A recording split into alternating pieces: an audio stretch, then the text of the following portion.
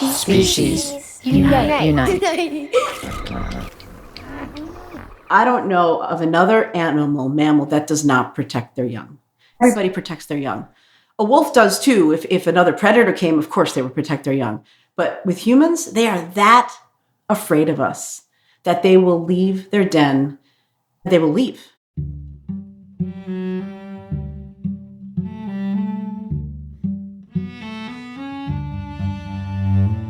Hi, I'm Elizabeth Novogratz. This is Species Unite. At a moment when gray wolves in the United States are once again under serious threat, with the House just voting to delist them, it's worth asking a question that we seem determined to forget.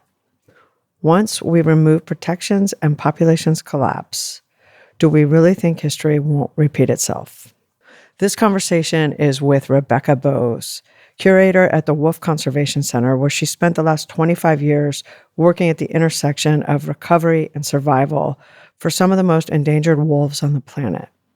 Rebecca is deeply involved in the painstaking effort to undo past mistakes, helping recover Mexican gray wolves and red wolves, two species that were nearly wiped out entirely by government-sanctioned killing. Rebecca walks us through what bringing wolves back actually means. Decades of captive breeding, genetic management, pup fostering operations that involve private pilots, biologists hiking for hours into remote wilderness, and an enormous amount of human labor, all to give a handful of animals a chance to survive in a world that is still deeply hostile to them. We also talk about who wolves actually are: families, parents, teachers, sentient beings with relationships and roles that shape entire ecosystems. This is a conversation about memory, responsibility, and what happens when we repeat history instead of learning from it.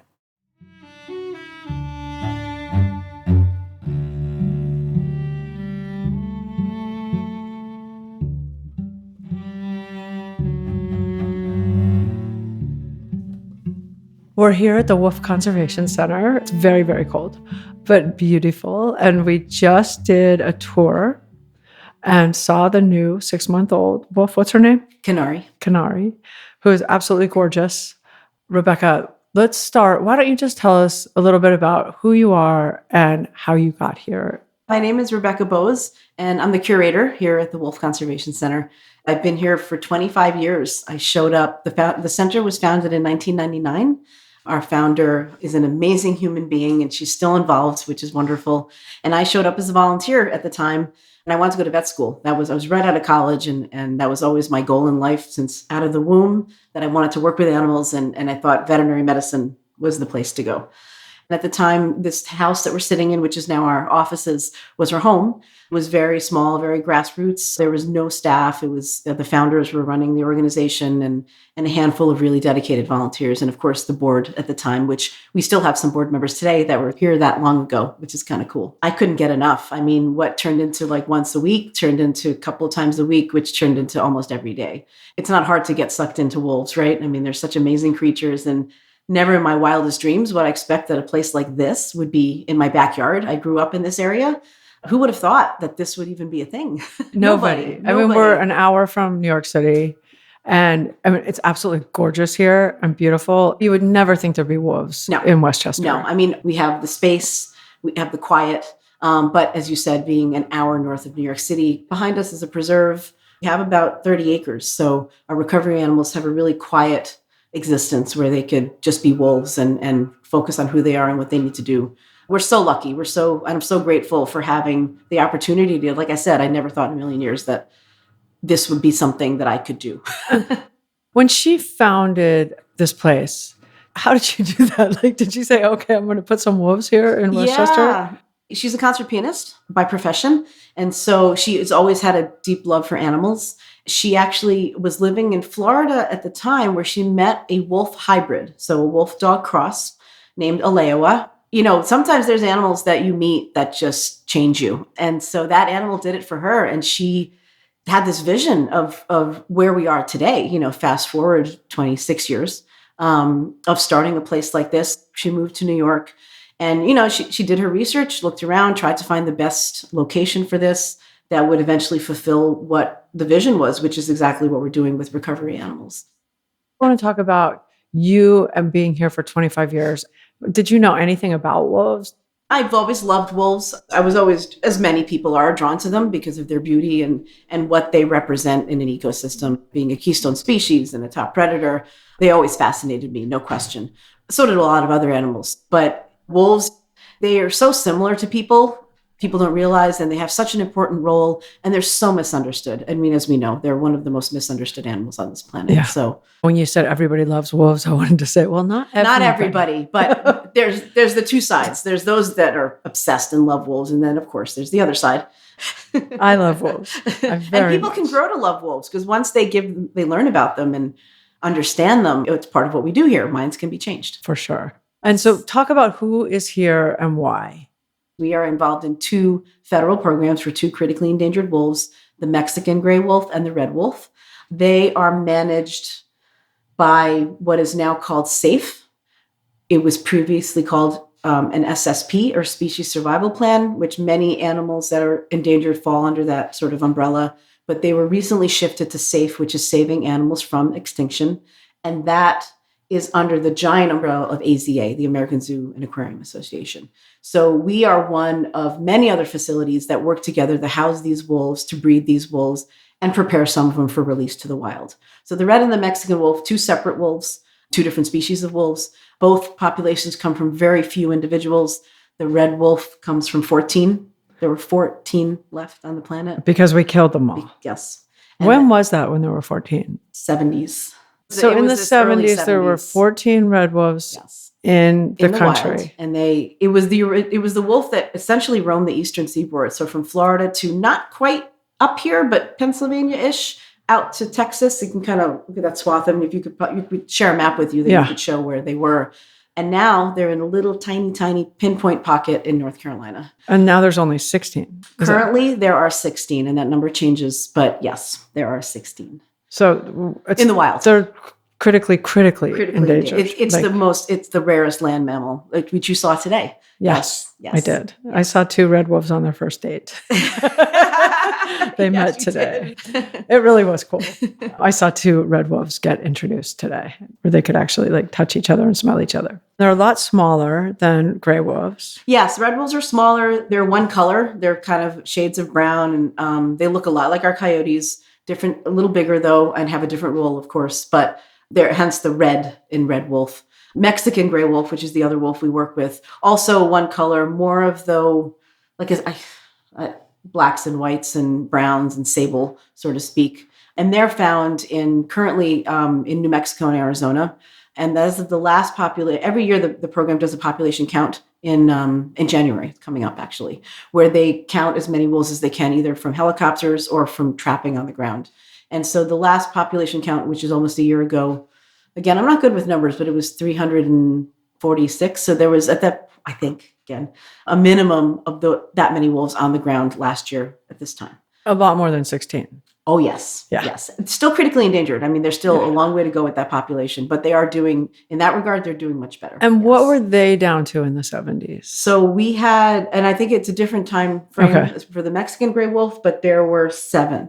More people in this office today than there were wolves left on the ground. And again, because we massacred them. Did those 7 get picked up to start recovery programs? Yes. How did that all go down? Just like the red wolf, they caught the remaining that they could and started a captive breeding program. And so thanks to zoos, which I know zoos are controversial, no question, but if it were not for that action, we would not have red or Mexican wolves today. Right. And so they got the remaining left. They started breeding them in captivity. And so, of course, fast forward, all these wolves are related to one another on some level. So when we put pairs together now, we have a computer program that they're all listed in, and we breed those least related to one another. And so the computer program basically will spit out numbers, and you can put 2 individuals together, and it'll tell you if it's a good pair and how their offspring will relate to the rest of the population. So you may think a pair would be good to be put together, but then on paper, they don't look good at all. So it's very helpful to be able to put pairs together. But then as you saw today, it's like an arranged marriage. That's paper. Then they have to meet in person or in wolf and get along and be successful. So and sometimes I guess they could probably look great on paper, But they just don't like each other. Correct. They don't like each other, or for whatever reason, we could talk for hours about all the challenges in captivity and or under human care that these wolves face. Space is a tremendous problem in both the programs, particularly right now the Mexican wolf program, the under human care space. We can only breed to our carrying capacity of being able to hold these animals.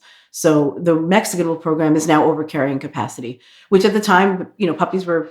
Wait, explain what that means. So in the Mexican wolf program, we have X amount of facilities, different zoos and wolf centers like us that have enclosures dedicated to Mexican wolves. And so the program, to that carrying capacity is all those enclosures and how many wolves they could potentially hold. And the Mexican wolf program, again, don't quote me on the number, the carrying capacity is around 300 or so. In the country? Across the country and Mexico. So Mexican wolf is binational. We work with Mexico because it's the Mexican wolf and it originally roamed from Mexico into the United States. And then red wolf is obviously just within the United States. But both function similarly as far as how they're managed. And so the Mexican wolf program, well, both programs, you put pairs together. We could put pairs together all day, but we have to be able to manage these animals under human care into their lives, into adulthood, because they don't all get the chance to be released, of course. And we want to maintain a healthy pool of genetics in captivity to be able to support the wild population. So it's a very fine line that we have to follow with keeping the population healthy as we can and keeping it growing, but also not going over capacity. So it's complicated. So as a result of this is a very long answer to no, because it's because I want people to also to understand, like, when we allow a species to be decimated and just completely annihilated, in order to bring them back, it's really, really hard. Those guys were captured in the 70s. There were 14, and now we have 16 in the wild. Yes. It's sick that we've done this, and that the amount of work, time, effort, and all these wolves go through in captivity, exactly, like, to try and bring their own species back is insane. Exactly. As the individual, I mean, they're all here for the greater good of their species, and, right? But there are individuals, and every individual matters, of course. So it's absolutely a balance with that. And so just to go back to what I was saying about the captive space and breeding. So going back to puppies and whether they like each other or not. As an example, a female that sits for a bit, not breeding, right? We call it use it or lose it as far as her uterine health. If she doesn't start breeding as a young wolf, as they would in the wild, endometrial hyperplasia can set in. There can be problems associated with that. So if she gets a breeding recommendation, say at 6, 7, or 8 years old, she's getting to be an older wolf. And so they may be a great pair. They may breed, but they may not be successful because she didn't get the chance to breed when she should have when she was 3 years old. And so that happens a lot because it's impossible to be able to do, it's impossible to, in a perfect world, we'd have endless space. In a perfect world, we'd be able to breed as many pairs as we can to really manage this as a whole. Right. But we are so limited by space. That's one thing. I mean, there's many challenges, but it's a significant challenge. Well, and then you have the challenge of when wolves are released, then they're in the human world. Yes. Which is also a massive challenge. Exactly. And talk about the work you mentioned that goes into what we do here. Yeah. The on-the-ground work, the artificial insemination, the semen collection, the general care. And there's a lot of stuff we can go into. All the behind-the-scenes stuff that happens to keep them healthy and thriving in captivity. And we put a wolf in the wild, go through all of that, and it gets killed. Right. Gets hit by a car, it gets shot illegally. It's huge. Yeah. It's huge with the amount of effort, time, money, resources. Who was the Mexican gray recently? There was a Mexican gray alpha female that just got shot, right? In New Mexico. It happens a lot. And, if there's depredations, I mean, the whole wild aspect and the politics around it, there's a lot. Because if a wolf, if given enough space and if left alone, wolves will do exactly what they should do. They prefer their own prey, the native prey of the area.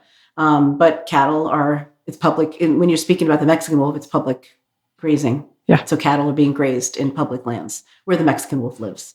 So it's very complicated. It's very complicated. There's so many, it's like an onion. I mean, there's so many layers to this that people, and that's just that setting. Forget what happens here. And let's talk about that, because there's two different ways to get the wolf back to the wild, right? You either do pups or, in some cases, adults. Yes. Will you talk about each of those? As you said, we put wolves back in the wild two ways. One is called pup fostering. And both the Red and Mexican Wolf Program have do this. Currently, this is what the Mexican Wolf Program is focusing on. Once we get populations, the numbers up in the wild, we will also turn to that as well with red wolf. So essentially what it is if there's a litter of pups born in captivity, and there's a litter of pups born in the wild that are of similar age, we will take puppies from here and take them to the wild and put them in a wild den. That's the very simple version of what it is. And how does that happen? A lot of blood, sweat, and tears. But someone just goes into the den with a pup and like hands it to the mom and runs? What sort of. So there's your big bad wolf, right? So going back to what we were saying of how kids grow up thinking wolves are going to come and eat you. Right. Whenever people ask me, it's my number one example of, I don't know of another mammal that does not protect their young. Human, bear, oh, everybody. big cat, Yeah, of course. Everybody protects their young. A wolf does too. If another predator came, of course they would protect their young. But with humans, they are that afraid of us that they will leave their den and they will leave. So that's how we're able to put puppies in wild dens. I did not know that. That is amazing. They're not happy. No question. They're usually in the vicinity. You don't see them. Sometimes you'll hear them. I've been now on several of these. You'll hear them howling in the distance. They're not happy. They always come back, but they're not standing in front of their den growling at you. They're that afraid of us. And it happens here at the center. These wolves, we give them as wild a life as possible. But in captivity, of course, we have to care for them. We have to do their vaccines, their puppy checks. So even here, we go and, we take their puppies to do these things. And the parents, and they're enclosed, in an acre of land. So it's not like they could really get away. They still stay away from us because they're that afraid of us. And I think that it really hits home when you hear that, because what animal, a raccoon, a possum, any animal. I wonder too. I mean, that's got to be so in their DNA that we have just destroyed them. Exactly. Like no other, we've destroyed them. Exactly. To be that afraid of us, that they would leave their pups. Yeah.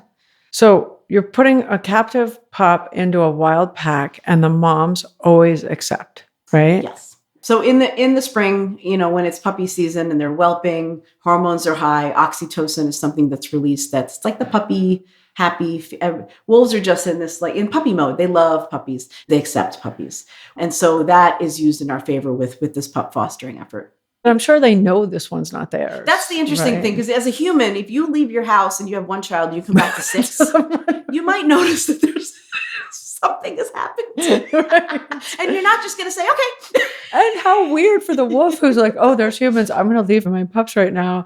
And then come back and there's a new one. And sometimes several, depending on, we'll never overburden a wild mother, of course. Right. But if the litter's small, we'll put more. It kind of depends on how big the litter is when we get there. So this process, I mean, it's a year of planning. So we meet every July. The facilities in general, we meet every July and have a meeting where we decide who's going to breed the next year, who's going to be transferred, that kind of thing.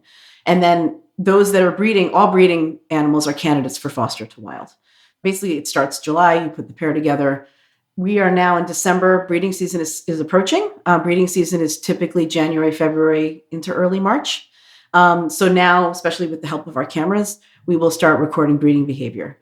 Wolves are, gestation is like a dog. It's approximately 63 days. When wolves breed, they form a copulatory tie, just like dogs do, where they're essentially stuck together. It can last for a minute. It can last for 10 minutes.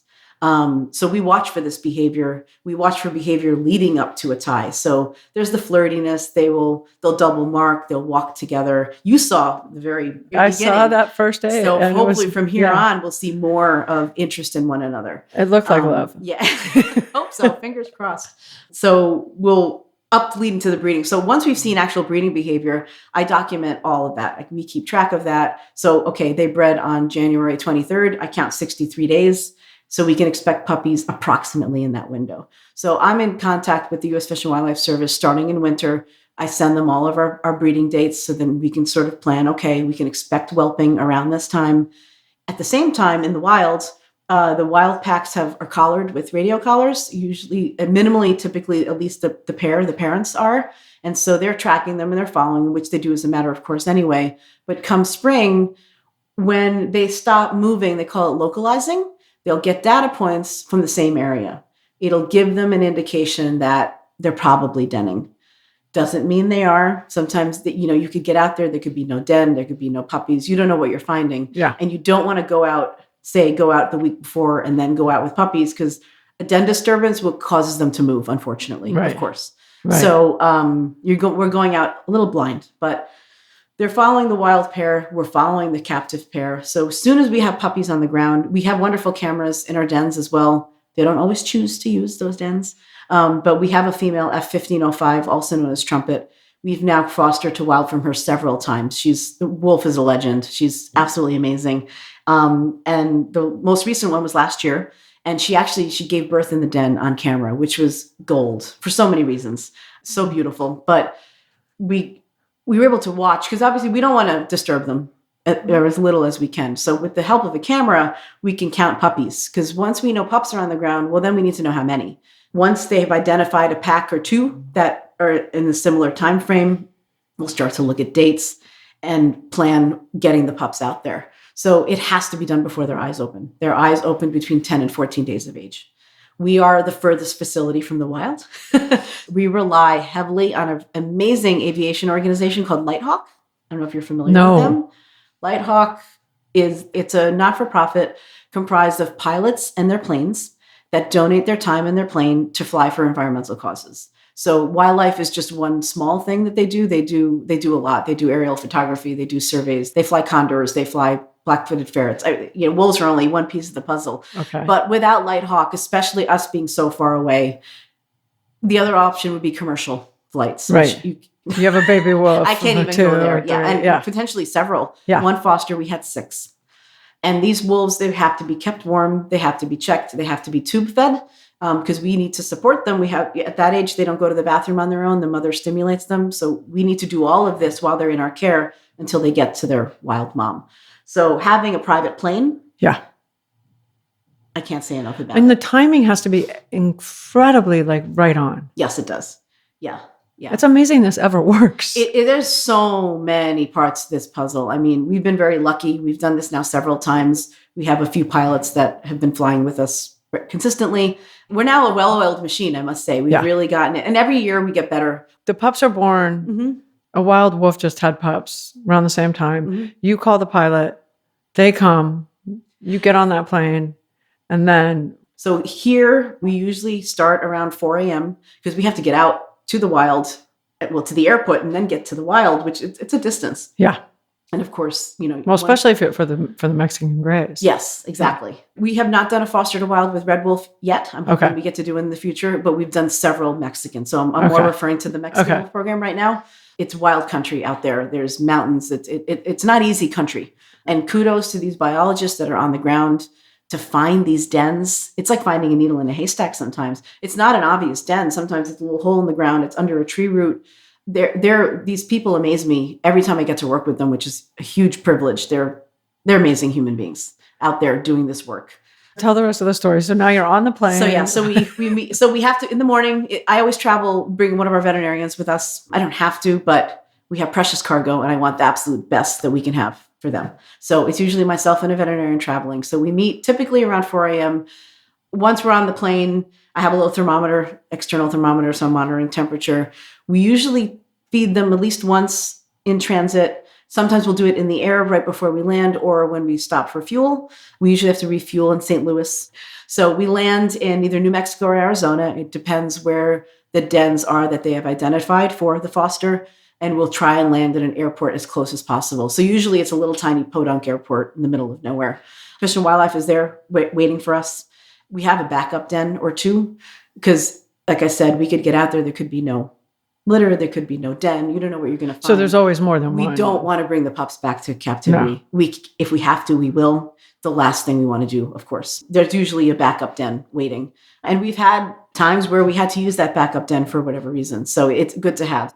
So depending on what's happening, we'll get into U.S. Fish and Wildlife vehicles and drive out to the den. It could be anywhere from a 3 to 4 to 5 hour drive, depending on where the den is. So we get to the staging area, give the puppies another once over, and then I want to say they usually only allow 4 people to go to the den. There's usually 2 biologists and 2 guests. I've had the opportunity to go to a den, and I will never forget it. It's one of the most amazing things that I've ever done. And that hike could be 20 minutes. It could be 3 hours. Again, it depends on the terrain. It depends on where the den is. So they'll hike out to the den. One of the biologists, is usually a small person, is known as the den diver. She will dive into the den. And, these dens, sometimes they're shallow, sometimes they're deep. And I've had to dive in our dens here. And there's a picture where you just see my feet sticking out of the den, this long.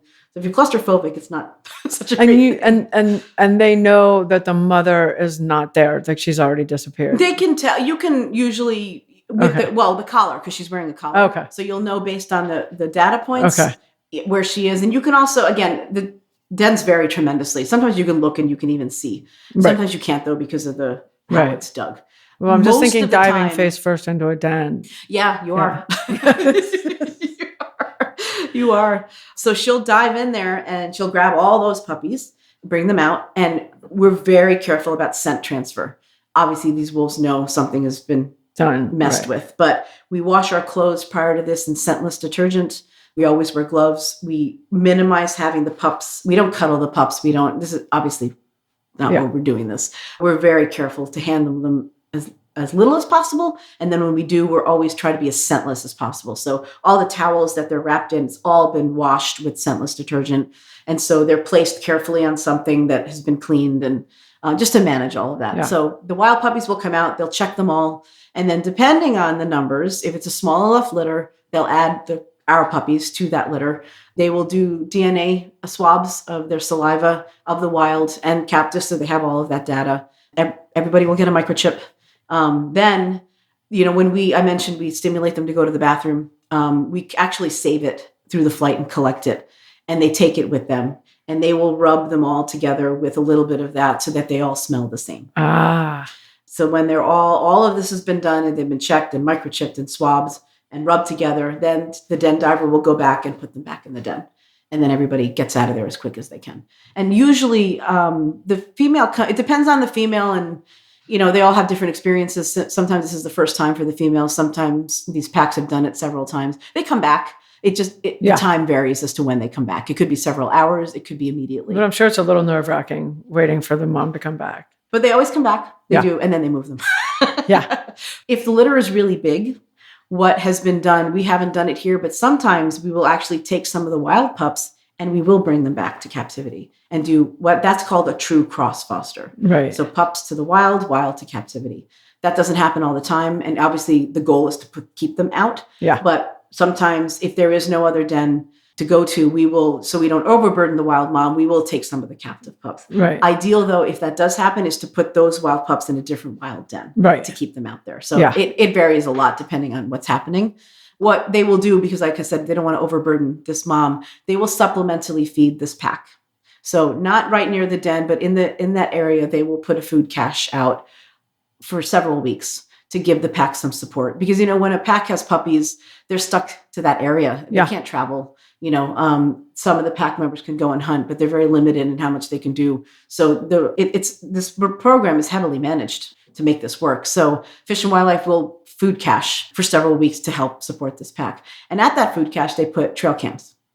So when the pups are big enough to start leaving the den, and this now goes good 5-6 weeks later, we can sometimes count puppies at the food cache. And that's our first indication to know, okay, there's 5, we see 5. So sometimes, there's 6, we only see 3. You just never know. And it's all speculation because you don't know which is which. You don't know if it's a wild pup or a captive pup. Then after that, the next opportunity to know if this has been successful is if they catch them as an adult.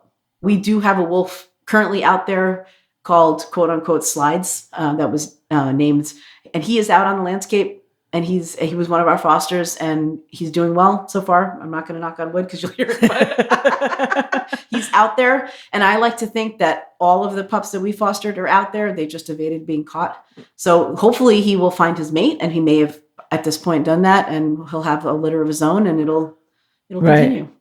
That's a very long story to how fosters work. Is there a reason that the Mexican grays are doing so much better than the red wolves in terms of numbers? Yes. I mean, the red wolf was actually doing decent. And then they halted, they fairly recently stopped the management of the red wolf because they were reviewing the recovery plan. And so all this heavy management, like what I've explained for Mexican wolves, was going into red wolves. The coyotes, they're similar programs, but different. So with the red wolf, they have a coyote sterilization program because red wolves and coyotes can interbreed. And so what they would do, if you remove a coyote from the landscape, another one's going to immediately take the spot. Right. And so we always, people who don't want coyotes and want them killed off their property, if you kill one, you're just inviting, it's like free real estate for the next coyote that wants to move in. So the best thing to do when it comes to red wolves is they will catch them and they'll spay or neuter them and put them back. Spay or neuter the coyotes. The coyote. So that they hold their territory, but they cannot interbreed with a red wolf. Right. And so it's a heavily managed program. So that stopped. Everything sort of came to a grinding halt. And as a result of that, the population just went south. With the red wolf program. Why did it come to a halt? Because they were reviewing the recovery program. They wanted to revise it and come up with a new plan and everything. Again, when it comes to this, my head spins. Everything stopped. And so the management stopped and all that work, all that time, all that effort just, and so now we have 16. And now it started again. It's starting again. Again. And they're trying to identify additional release sites because where they currently are is not enough space. It's just not, it's fine for what it is, but they're going to need more. Right. So they're trying to look at other areas. I mean, I know like habitat is minimal in this whole entire world at this point, but don't we have more space for red wolves? There's space. There's a lot of space. There's space out there. Yeah. It's perception. It's acceptance. People don't want them. We have a lab here. We have Dr. Joey Hinton who works with us. He's a red wolf biologist. He does a lot of research with red wolves and coyotes. And, there's a lot that goes into, you can't just say, oh, there's, thousands of acres, you can throw them in there. Be nice if that could be it. But you have to look at what's there. You have to make sure the prey bases can support a population. Can the wolves disperse? Is there, because once you have a pack and they need to reproduce, spread out to be able to disperse. And then just acceptance of local communities. Who's there? Is it farmers? Is it urban? Wolves need space. Coyotes we have a lot of coyotes right here, an hour north. Well, we had coyotes in New York City, right?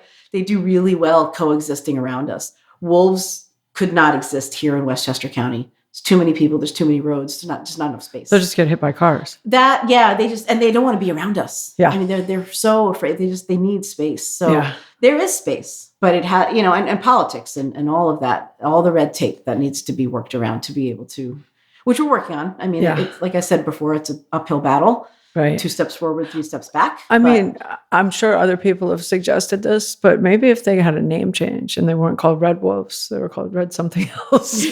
Actually, you bring up an interesting point. So I mentioned earlier about the SAFE umbrella of how they're managed. Yes. I sit on the steering committees for the Red and Mexican Wolf program. And we recently, with the red wolf, and so it's a little complicated because the Fish and Wildlife Service they're red wolves. That's what the Canis rufus, that's what they are. The SAFE program calls them the American red wolf because it is the only wolf native to the United States. Okay. And the program, when we were discussing this, felt that it gives us ownership. This is our wolf. And we need to protect this animal. This is our wolf, and we've had like T-shirts made with the flag and the wolf, that sort of thing. Right. So it's just funny you say that because it's not an official name change in that they're Canis rufus, they're not Canis rufus americanus or anything like that. Right. But under the SAFE world, in the captive setting, they refer to them a lot as American red wolves, just to help that. Right. And then let's go to gray wolves for a minute, because the work you do here with education and teaching people about their importance, combined with your 25 years experience of being around wolves, and why they're not just important for ecosystems, but why they're important to for themselves, to themselves. Why this mass slaughtering of gray wolves that is going on in this country right now is not something anyone should be getting behind, but instead be learning about who they are. What do you tell people about who they are, and how do you get people to care? As I mentioned before, they're a keystone species. a healthy eco. And Yellowstone is always a great example of what happened when they brought the wolf back and how the landscape changed and different animals came back. There's that famous video that went viral, how wolves change rivers, which it was great that it went so many people that I know when they came out. Did you hear about this? I'm like, yeah. I don't know how it got so much traction, but it's great. No, it's got like 40 million or 400, some crazy amount of views. Yeah, it's crazy. But so they have a role, just like anybody here, from the mouse to the owl to, the worm to whatever it is, to the mosquito, as much as, they all have a role. And when you take an essential animal like the wolf out of an ecosystem, everything crumbles. I mean, if you look at here, Westchester County is a good example. There really is no top predator here. I mean, there's a lot of people we've taken over as we've done most of this planet. There's a lot of deer, but we're taking away their habitat. Lately, I feel like the past several years, people are seeing bear a lot more than we ever have. We're taking their habitat. We're taking what's the little bit that's left. It's being consumed. So trying to explain to people that, they have a vital role, not just, a role, but they keep an ecosystem healthy, just being that top predator. Just as an example, so in Yellowstone, when they brought the wolf back, they call it the ecology of fear. So the ungulates in Yellowstone, so the hoofed animals, the bison, the elk, the deer, prior to wolves, they would graze right down to nothing. They would be barren, nothing, and then they'd go on. Now, because there's wolves, it keeps them moving. They graze, they move, they graze, they move, they graze, they move. They're constantly looking over their shoulder. And so as a result of that, the grasses are giving a chance to not be decimated and come back. Result of that, the moose have come back, and the mice have come back, and the beaver have come back. So there's a cartoon. The eagles have come back. Everybody, literally everybody is connected. And more recently, I've read that the aspens are back. Because they're not being overbrowsed. And the rivers are not being, it's fascinating. We have a cartoon. I don't know if they still use it in the education program we did years ago. It's a simple drawn cartoon of a moose, a wolf, an owl, different animals holding a rope. And they all have the same tension on that rope. And, you let one animal lets go and everybody kind of topples. So it's very accurate. So a big part of education is just explaining to people, and kids learn about this in school, but why? Why are these animals, not just them, but any animal, why are they essential and what their role is and what they do? And when you remove them, the consequences of what happens when you remove that kind of animal. We try to also relate wolves and people. Wolves are families, packs are families. I know the term alpha wolf is out there. The alpha wolves are the parents. It's mom and dad, right? They have their pups. Usually it's multi-generational. So they'll typically, and we try to mimic that here in captivity, especially when we're preparing wolves for recovery. We'll have a pair, we'll breed them. We'll try to allow them to breed again. And so we currently have a multi-generational pack of 10 red wolves in one of the enclosures. And it's their pups of the past 2 years. And so, the siblings learn from one another. Because I care for them, which I get the privilege of doing, there's always like a babysitter in the pack or two. And I've seen it with our packs where, we breed primarily roadkill deer. I've seen where an older sibling will kind of stay back with the pups and kind of be literally the babysitter. And someone else will bring food over to the pups. I mean, they work just like a human family. Yeah. They have their arguments just like a human family. And, the confines, I was talking about space, the confines of being in four walls, just like a human family, there comes a time when the wolf needs to leave the nest to start their own pack. Right. So there are so many similarities with wolves and humans that I don't think people realize how close we are in how we function and how we think. And, they're sentient beings. They have their opinions, they have their likes, their dislikes. And we see it, our ambassador wolves, I raised them, so I know them intimately. They're each individual, different personality. And the recovery animals, though we don't have that close relationship, of course, they also have that sort of, they have their own personalities and their own lives that we don't get to see. And that where our cameras that we have that are live on our website, because these wolves are not viewable to people, to the public when they come and visit, watching them on camera is almost better, because as you saw when we went up there, those red wolves are kind of in the back. And, when people are around, they tend to go away, which is good. They should. But with the camera, you really get to see their lives and you really get to see the relationships with one another, especially when you have a big pack. Which is so much more interesting. It's so fascinating. Yeah. We try to make people aware that, they're living beings just like us and they have families just like us and they have the right to be here. And they're smart. And also, I know they're not dogs by any means, but we love dogs. People love dogs so much. And how can you love dogs so much and then hate wolves? Dogs are 98% genetically, which is hard to understand when you have a pug and a wolf. That's a whole other podcast. It's dogs and what we've done to these breeds that can't breathe. I mean, we are really sick. We are. Yeah. We've done such bad stuff. Yeah, we have. But dogs are, they've been created to serve us and we do talk about wolves aren't pets. No. They're not pets. They don't belong in your house. No. They don't belong in your backyards. But there is a lot of sanctuaries that are just taking in animals that people thought they could have as pets. They want something that looks like a wolf, acts like a dog. You rarely get that combination. And then they realize they can't handle this animal. And it's also illegal in many states. Not every state, unfortunately, but it is illegal in New York State to have a wolf-dog cross.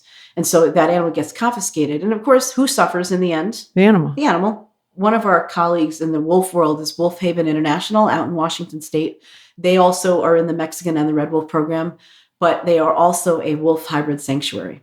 They're all full. I mean, we can talk about sanctuaries all day of any animal. Yeah. They're all full. They're all full. They're all full. Whether it's a horse, a pig, a dog, whatever, they're all full. Or an ape. And exactly. Yeah. And wolf hybrids is no different.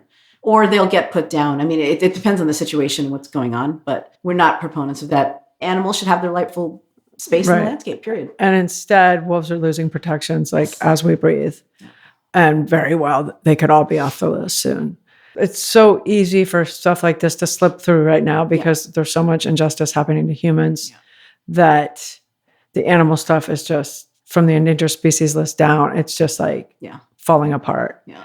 And so anybody listening to this, we need your help with the wolves. 100%. Right? Yeah. And that's the number one question. Well, what can we do? You do feel helpless. I get that. I feel I work in the field and sometimes you just, you're like you're beating your head against the wall sometimes, because everything you do gets set back. But, as someone out in the general public, support organizations like us that are doing the good work, that are fighting the good fight. Yeah. Here, we don't just talk about it, we do it. We are putting wolves back on the landscape. We're doing cutting edge veterinary techniques here, like semen collection, artificial insemination, to help with this genetic bottleneck that we're going to be facing. So support organizations that are doing the good work. Yes. Because without the support that we get, we couldn't do what we do. Absolutely. Well, thank you, Rebecca. This was so good. My pleasure. I appreciate the opportunity and I love what you do. There's so much out there. And I love that you're focusing on everything you can focus on. So thank you for the work you do.